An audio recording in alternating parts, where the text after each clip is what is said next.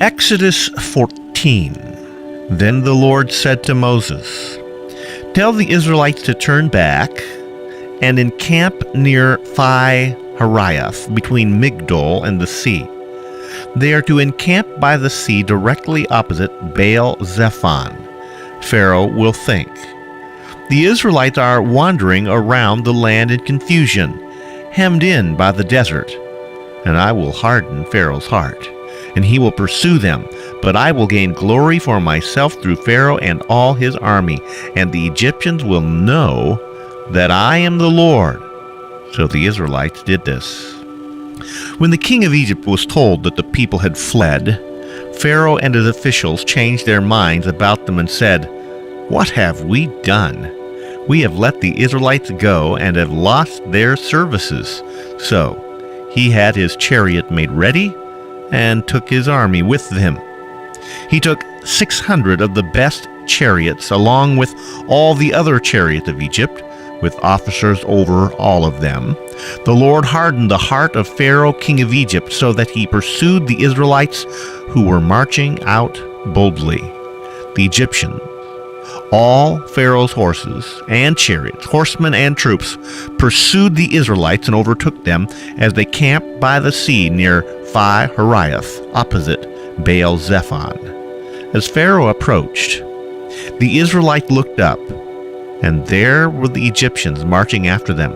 They were terrified and cried out to the Lord. They said to Moses, "Was it because there were no graves in Egypt that you brought us to the desert to die? What have you done to us by bringing us out of Egypt? Didn't we say to you in Egypt, 'Leave us alone, let us serve the Egyptians'? It would have been better for us to serve the Egyptians than to die in the desert." Moses answered the people, "Do not be afraid. Stand firm, and you will see the deliverance the Lord will bring to you today. The Egyptians you see today, you will never see again. The Lord will fight for you. You need only to be still." Then the Lord said to Moses, "Why are you crying out to me? Tell the Israelites to move on. Raise your staff and stretch out your hand over the sea to divide the water so that the Israelites can go through the sea on dry ground. I will harden the hearts of the Egyptians so that they will go in after them, and I will gain glory through Pharaoh and all his army, through his chariots and his horsemen. The Egyptians will know that I am the Lord when I gain glory through Pharaoh, his chariots, and his horsemen." Then the angel of the Lord, who'd been traveling in front of Israel's army, withdrew and went behind them. The pillar of cloud also moved in front and stood behind them, coming between the armies of Egypt and Israel. Throughout the night the cloud brought darkness to the one side and light to the other, so neither went near the other all night long. Then Moses stretched out his hand over the sea, and all that night the Lord drove the sea back with a strong east wind and turned it into dry land.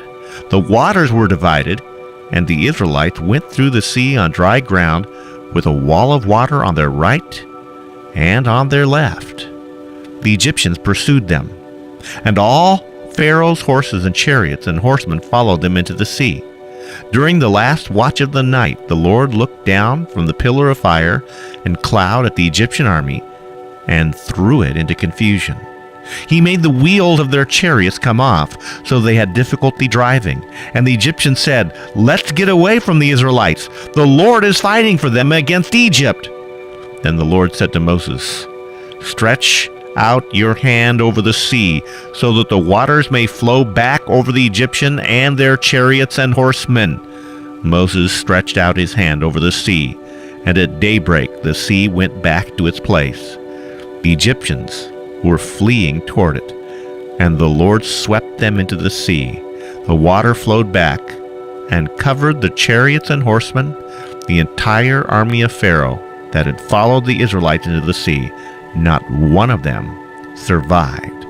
But the Israelites went through the sea on dry ground, with a wall of water on their right and on their left. That day the Lord saved Israel from the hand of the Egyptians, and Israel saw the Egyptians lying dead on the shore. And when the Israelites saw the great power the Lord displayed against the Egyptians, the people feared the Lord and put their trust in him and in Moses, his servant.